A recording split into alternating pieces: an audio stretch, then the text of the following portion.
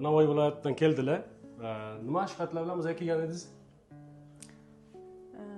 O'tim qornim damlab, oshqozonimda pриступ berib, nafas olishim qiyinlashib, sizlarga murojaat qilgan paytim ahvolim yaxshi emas edi. Agar kecha operatsiya bo'lgan bo'lsam, o't qopimni olib tashlashdi. Bugun uraman, soppa sog'lomman. Zo'r. Kasal odamga o'xshamasam kerak. Alhamdulillah. Bemorimiz og'ir ahvolda kelganlar. Juda ko'p og'riqlar bilan og'riq sohasida qusish, ko'ngil aynish, temperatura paydo bo'lgan. Tekshiruvlarni o'tkazsak, UZI jarayonida o't qoplarida tosh ko'payib ketgan, o'sha narsa pриступ bergan bemorimizga. Keyin fermentlar oshib ketgan bemorimizda operatsiya qilishga qaror qildik. Operatsiyamiz jarayoni laparoskopik usulda o'tdi.